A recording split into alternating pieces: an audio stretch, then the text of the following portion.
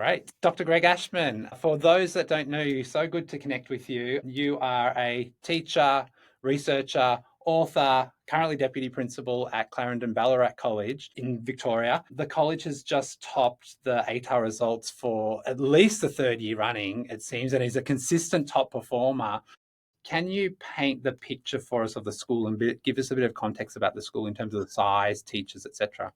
Yeah, so Ballarat Clarendon College, it's a regional independent school. So when I joined in 2010, 2011, it was probably about 1,300 students. We're now very close to 2,000, so we've grown quite a lot. And we now have, waiting lists for places and things like that we never used to have. It's a beautiful place, beautiful campus. I'd been a deputy principal in the UK, but when I came here, came as head of maths. And the college has always had a focus on research and reading research and trying to apply it in the classroom. And that got me really interested myself. So that's a characteristic of the school that's always been there. In terms of our year 12, last year we had about 174, depending on exactly how you count them, and probably about 34 teachers. But of some of those, of year 12, I mean, we've got more than that. I think some pushing 300 staff in total, including all our coaches and this, that, and the other. But 34 teachers who would have taught year 12, some would have taught more than one class. So that's a little bit of context, about 75 minutes up the highway from Melbourne. And it's a beautiful place, and I like it very much. You hinted at just then the history of the college in terms of a focus on reading and research, etc. This has obviously not been an overnight success. You and your colleagues, past and present, have been working on this for at least the last decade or so plus, right? So and obviously a lot of lessons in that time. What are the, I guess, 2 or 3 key lessons or insights that you've had in that time in terms of lifting VCE results? What have you seen that's proven itself? Well, I think that the first thing is that you don't set out to lift VC results. I mean, that's a outcome that will look after itself. One of the things that we say to our students is trust the process. It's a very important idea that if they turn up on time, they do what the teachers ask them to do, they do their homework, they don't have to worry about the result of an assessment or what ATAR they're going to get or anything. They just have to focus on what they can control, what they can do today, what they can focus on today. And that's not just something we say to the students, it's something that we believe ourselves. So, yes, it's nice when that table that they publish in the newspapers, when we're top of it, it's kind of fun. But that's not what we're setting out to do. We have a focus statement where what we're trying to do is throughout a student's time at Ballarat Clarendon College, we seek to maximise their skills, competencies and capacities so that when they stand on the threshold of their future, they can choose their heart's desire. Now, most people around this place would be able to tell you that. To some people, it comes across as a little bit selfish, but only if you interpret that through a very narrow lens of scores and results and things like that. And a school like ours is about a lot more than that. It's about often giving back to the community. Your heart's desire can be to be a good citizen. And if you're in year 3, your heart's desire might be to make new friends. We're always standing on the threshold of our future. So we unpack this a lot with our students. But one of the key things is to focus on what you can control. So that's what we do. We focus on little things because if you focus on a lot of little things and try and get those right, then again, the big things sort of look after themselves. We try and avoid talking too much in the abstract about abstract nouns that people interpret differently. So we can all agree and go away that we've agreed, but actually we mean different things by it. And it doesn't require us to do anything. So we try and talk about the little things, the minute details. Sometimes it's a bit prosaic. We have a lot of visitors here now, and I think some of them, it's slightly disappointing because they expect us to reveal these magic spells that we do. And we don't do any magic spells. It's very, very nitty-gritty, basic, lots of things put together. But some people will leave energized because they realize that there aren't any magic spells and therefore they could probably do the same. So, yes, it's lots of little things, really, and focusing on putting that one thing in front of the other, and gradually building over time to where we are now. Yeah, it's a great way of looking at it. I love that heart's desire message. It's a really kind of holistic way of thinking about it, right? And I'm glad you made this point because ATAR results are just one measure, and every school is measuring a different bucket of outcomes, right? Depending on who they are and where they are, etc. What are the other things or metrics that you're monitoring as a school throughout the year or over time outside of obviously this great outcome of results, as you said, that comes about the process? Well, there's a lot of qualitative data. It's easier to work often with quantitative data with scores and grades and things like that. You can put them in an Excel sheet. But to understand what's really going on, I mean, often quantitative data just raises questions. So to understand what's going on, you have to pick some qualitative data. So we do a lot of things in that regard. We survey our students regularly. We have a system where we can share information with each other in a fairly systematic way. We also log, we try and make some of these qualitative assessments of where a student needs to go that are quite complex.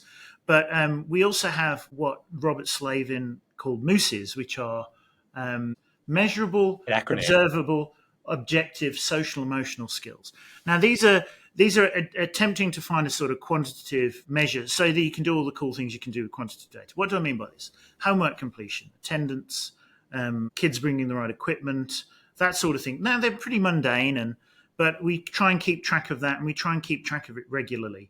So we're not big for marking homework, for instance. I'm not a believer in spending a lot of time, taking up books, putting ticks in the books, writing comments at the end. It takes an enormous amount of teacher time, and there's not a great amount of evidence that it has any impact, really. There are much smarter ways of providing feedback and of assessing student work.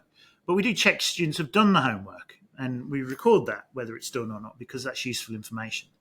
So it's a mix of things, really. It is harder, often in the social emotional realm. We do have what we call our student development pathway, which we try to use to make assessments of where students need to go next. But often where students need to go next in the social emotional space is quite complex and quite context specific and requires a lot of working out. And it's not the sort of thing you can easily capture in a number. I love that there's this very, you started by saying this, that trust the process. There's this very, it sounds like a very, almost like, I don't want to say the word boring, but I just love that it's not magical tricks. Like it's professional practice, work, systems process. Like it's coming through in how you're talking. Like, Yeah, and absolutely. And look, our kids definitely will be feel the pressure of VCE exams. They'd be unusual if they didn't.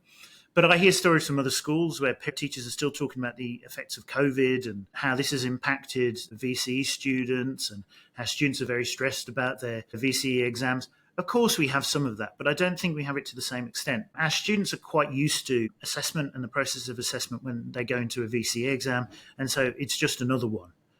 As far as a lot of them are concerned, I know it's the big one, it's the grand final, but it's just another one. And they know that they're prepared. They know that they're going to go in there, and they won't, unless the VCAA have had one of their moments of genius, they're not going to go into the exam and see something completely unexpected. And even if they do, they know that will be something that everyone will find completely unexpected, and so they'll be fairly relaxed about it. So a lot of preparation and making sure students are well prepared, well practiced, and know what to expect. I think that takes away some of the pressure that students would otherwise feel. the college, I would say, is well known for learning designed around best practice and evidence, cognitive load theory, knowledge rich curriculum. Explicit teaching stands out, obviously, as well. They're not always, explicit teaching, especially, isn't something that people always necessarily associate with senior years. So, what would it look like to walk into, say, a VC biology class at college? Like, would it, yeah. Well, yeah, it's interesting. So, explicit teaching means that concepts are fully explained and procedures are fully demonstrated before students are expected to apply those concepts or use those procedures. And it can be done in a variety of ways. I mean, that's the loosest sort of definition. And it just means you're not expecting students to figure anything out for themselves.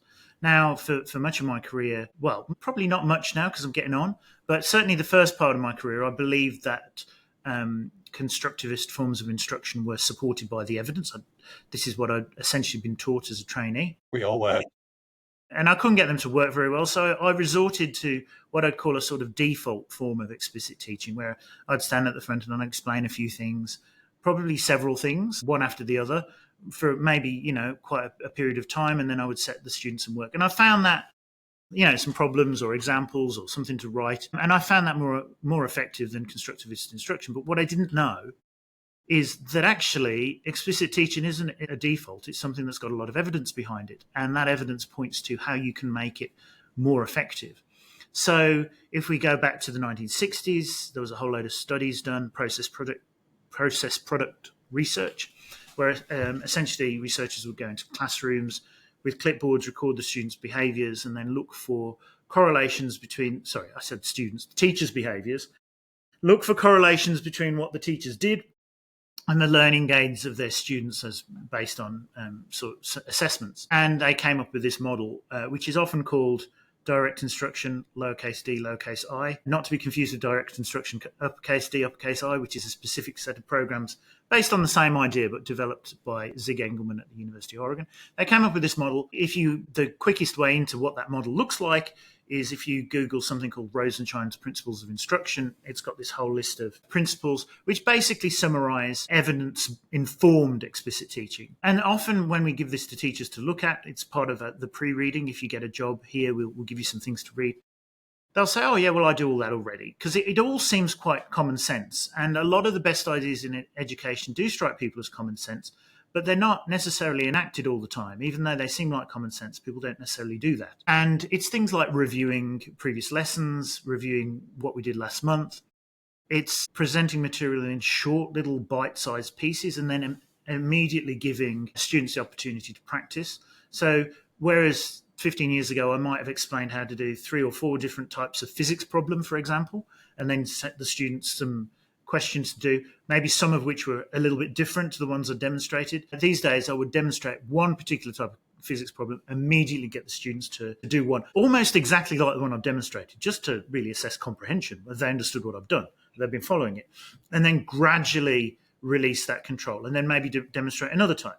So if you came into this very long-winded answer to your question, if you came into year 12 biology class, for instance, you would see the students sat in rows in a seating plan decided by the teacher to maximize learning. So even though they're year 12, they don't sit where they want. I think there's a lot of hooey spoken about, well, if they're in year 12, if they can't make the right decisions by now for themselves, how are they going to go? I mean, that's all nonsense. Our job still is to try and maximize the learning environment for them. So they'll be in a seating plan. They'll be in rows. They'll be facing the teacher. The teacher will be leading the lesson unashamedly most of the time. Yes, there will be points where students are working independently, particularly towards the end of a course when they're sort of practicing lots and lots of different examples because, well, we won't necessarily go into that now. So they'll be sat in rows. The teacher will be leading the class and frequently interacting. So there's no opt-out.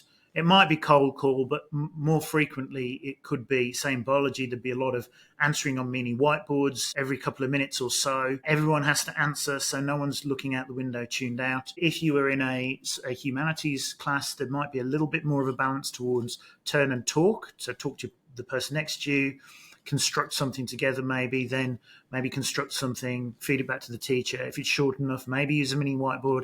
If it's not, maybe we'll have a discussion, feed those ideas back. Now let's do our piece of writing together. So it's very structured. The teachers are on for most of the lesson. They're not setting a bit of work and then sort of just circulating as the kids get on with it. They are switched on for the whole lesson, interacting with the students, orchestrating this very explicit style of teaching. Yeah, thank you. It's a great description. And I know I was listening to your interview with Ollie Lovell this morning on my bike ride in, and I know you made that point really clearly in that conversation, and you hinted at just then that difference in classes. And I think that's sometimes where the confusion of explicit instruction and direct instruction with capital DI, like it sounds like it has to be copied everywhere and scripted and that, but what you're really drawing out the differences there, which I think is really useful. That's really important. We use the term explicit teaching, and we use that because I think we've already sort of illustrated in this discussion, direct instruction is it's a flawed term because it means so many different things to different people. Rosenshine wrote another paper talking about at least 5 different meanings that direct instruction has. Now, the same issue afflict explicit teaching too. People will say things like, yeah, I use inquiry learning, but as part of my inquiry learning, I do a lot of explicit teaching. Well, you could define explicit. I think what they mean by that is that they'll do little bits of micro teaching while the students are doing an investigation. They'll bring them over and they'll say, and they'll explain something. But that's not really an explicit teaching model. That's more just a short episode. The model is a model of gradual release from the teacher to the student. I'll make 2 points on what you just said. I can stand at the front of all our teachers and talk about cognitive load theory, and they can maybe get something out of that. They probably do. I must believe they do, because otherwise I wouldn't do it, and I do it. But the actual detail of what it's got to look like in a year 8 history class or a art class, and we do teach art explicitly, that has to be worked out by subject specialists. So in our professional learning days, we do set aside plenty of time for subject specialists. We're not having, long inspirational talks by someone who has, climbed up a mountain, or we're not spending lots of time, doing well-being exercises where we're sort of crocheting tea cozies or something. We have our focused whole staff professional learning, which takes up a certain amount of time, but the bulk of the time we're working in subject-based teams, trying to figure out what the implications look like for our subject. That's the first thing. Second thing I'd say is it's very important that explicit teaching is understood as a model, the way I'm using it. And you're free to define it however you want. I don't control the words. I'm not the word police. But the way I'm using the term explicit teaching, it's a whole system. And so it starts with this very explicit teaching. Frankly, in schools, we're often teaching a lot of new content that our students won't have come across before. It builds on stuff that they've done before, but it's new, and you have to teach that explicitly, my view. But as we continue with that process, we have to gradually release control to the students.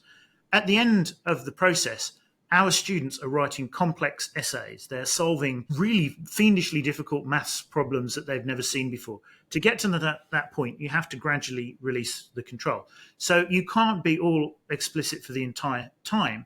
And this is why I alluded to earlier, when maybe say with year 12 students, you would want a period of time prior to any exam where essentially they're just doing as many questions as they can, getting their understanding in different contexts, applying it in slightly different ways. And again, that will look different in different subjects, because we're trying to prepare them for that. There's this thing in cognitive load theory called the expertise reversal effect, which shows that, if you're teaching novices something new they haven't done before, worked examples are a really good way of them learning how to do that, giving them a worked example. I would say better than that is modeling the worked example, building it in front of them. But I'm digressing. But the same effect reverses when you've got relative experts. And I'm not talking about PhD students here or professors. I'm just talking about someone who's relatively expert in the thing that we're doing now. And you could have year 6s who are relative experts in the 6 times table, for instance. Once you've got relative experts, giving them worked examples is not as effective, because they've got to process that, but they don't need to process it because they already know how to do it. So they just need to practice doing lots and lots of questions. So if your program has lots of explicit teaching, but no time, all the time squeezed out, no time left for them to actually just spend a lot of time solving problems, writing essays, whatever it is you've got to do, painting artwork. If you don't have that towards the end when they're developing this expertise, it's not really the full explicit teaching model. Yeah, that part's really important, isn't it? That application almost, really, right? It's Yes. that application and practice that you're hinting at. And I'm glad that you segued into professional learning with staff and that time dedicated, because I know prior to your role as DP, you were head of research at the college. And obviously research is, as you've talked about, really baked into the culture of the college. For leaders or teachers that might be out there that are already engaging with research or trying to build momentum with research in their school and struggling to get that with colleagues, do you have any tips or tricks? Obviously there's no magical wand, right? You said that earlier, but where would you suggest that they kind of start or turn? Well, first of all, if you've got the model that I'm about to describe, you need to abandon it. So this is the model where we come in January, we launch an initiative in the big lecture theatre or hall or whatever we've got. We launched that initiative. It's very exciting. It's a new initiative just layered on top of whatever we do at the moment. By June, most people are no longer trying to apply that initiative. by September or October, we don't really talk about it because it's a bit embarrassing because it never went anywhere and we don't want to show up the people who launched the initiative in the first place. Now, why do we have a model of professional learning that often looks like that? Well, certainly I was told early in my career, if you're ambitious and you want to get a school leadership role, you need in an interview to be able to talk about an initiative that you introduced. And so you've got all these people going around introducing initiatives without necessarily thinking about, is there a need for this? What do we take away to make the room for this? And they all start in January and fizzle out in June. And then by next January, we're on to something new. So that's how not to do it. We've been working on the same initiative, loosely speaking, for the past 10, 15 years. And we are at a point, obviously, where we've been working on it for 10, 15 years. If you are thinking about moving into this space, you won't be at that point. So what you will be doing will not be what we're doing, although it look very similar. Because we don't do anything huge at any one time. We build over time. So if I was, for instance, if I moved to be head of maths in a school that didn't use explicit teaching, didn't have a common curriculum, because that's another important part about our approach. We're not having all the teachers design their own approaches, and we have a common approach that we share. And if I didn't have any of that, and if I had teachers, going into the classrooms, closing the door, doing their own thing, not used to explicit teaching, I wouldn't try and change that in one go. I would pick, say, a year level, year 9, for example, where there were a number of staff who I thought were pretty on board with what I was trying to do. I would pilot it. Usually when you do that and it starts to work, people do buy in. So you don't have to go, we're doing it in 9, now we're doing it 10, now we're doing it in 8, 9, 10. No, you don't have to go that slow. Usually when you've trialed it in 9 and it's starting to work, you'll get buy-in from a larger proportion of the department. You'll get some holdouts, and I would suggest being pretty pragmatic about that. If you've got someone who's about to retire in a couple of years and you want to go to a system where everyone's teaching a common lesson from, I don't know, whatever you want, OneNote or a PowerPoint or or a booklet or however you want to structure it. If that person's 2 8 years out from retirement and they're resisting, but they're a pretty good teacher, is there a huge benefit in trying to change them at this point? So a pragmatic approach, but gradually over time, as you pick these things off and you move in a direction, the coherence itself adds something. It's hugely efficient because, like in our school, any class the kids go in, they know that they're going to do a starter activity. That I think these now, the fashion is to call them do now. I don't know why, but we used to call them starter activities, so we used to call them starter activities. They'll come in, they know, they come into the room, they get the starter activity. Sometimes it's on the board. In some classes, it's in a booklet, whatever, but they know that that's what they do. And because that's what happens in every class across the school, the teachers don't have to spend time teaching kids that that's what they do in this class or reminding them to do it because it's just everywhere. So gradually over time, this consistency becomes a reward in itself. It generates additional efficiency. People will then buy into that. Ultimately, the best ideas involve less teacher work. They just do. And of course, it's easier then to go along with the program than to try and do your own thing because it's actually less work for you to fit in with what all your colleagues are doing. So over time, you can build it out. But I wouldn't go big bang. If you tried to do that, you'd just reach a critical mass of discombobulation plus resistance that would mean that the thing would probably fall flat. And you've hinted at or talked about there 2 really important points, I think. One is back to process and trust the process, which I love. And secondly, that idea of like time as well, 10, 15 years, like what you're talking about is, and often the temptation in education, as we see, is the latest thing, the hottest fad, right? I'm going to fix this in 6 months and then didn't work, next thing. So I love that kind of really what's coming out to me is that sense of like time, process, commitment, repeat time. Like it's very procedural. It's very kind of, very planned and organized. My last question for you, I know you've got Research Ed coming up that the college is hosting again this year in a month or so. What else, apart from that event in a month or so, what else are you excited about for 2025? Yeah, so we've got Research Ed 15th of March, where tickets are selling out fast. So we've still got a few left at the moment, but that's going to be exciting. Look, I'm looking forward to a lot of things this year. I'm quite excited by the Victorian government's commitment to explicit teaching. I think that's centred largely around early literacy instruction at the moment, but that's a good place to start. I'm quite excited about that. quite looking forward to a number of people who are going to visit this year. So I think Tom Bennett's announced he's the guy in the UK who's done a lot of work on teaching positive behaviours and how you can set up schools so that there are positive behaviours. And I think we have a lot to learn from that, because evidence from the OECD suggests that behaviour in Australian schools is particularly challenging. There's a few other visitors I'm aware of. I'm not sure they've all announced that they're coming yet, so it wouldn't be for me to do that. I'm looking for people who would want to take on the job of organising. It's quite a big job, organising research ed in Melbourne and in Sydney. I mean, just very briefly on research ed.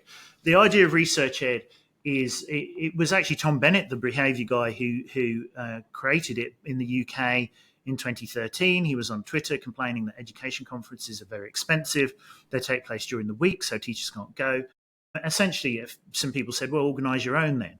And that was the origin of research ed. And it's on a Saturday so that teachers don't have to ask permission to go. It's at cost price. So the speakers speak for free. So you're just sort of covering costs with the tickets and things like that. And it's a very, very successful model. Researchers talk about their research and teachers talk about how they've tried to apply research in the classroom. That's the research ed model.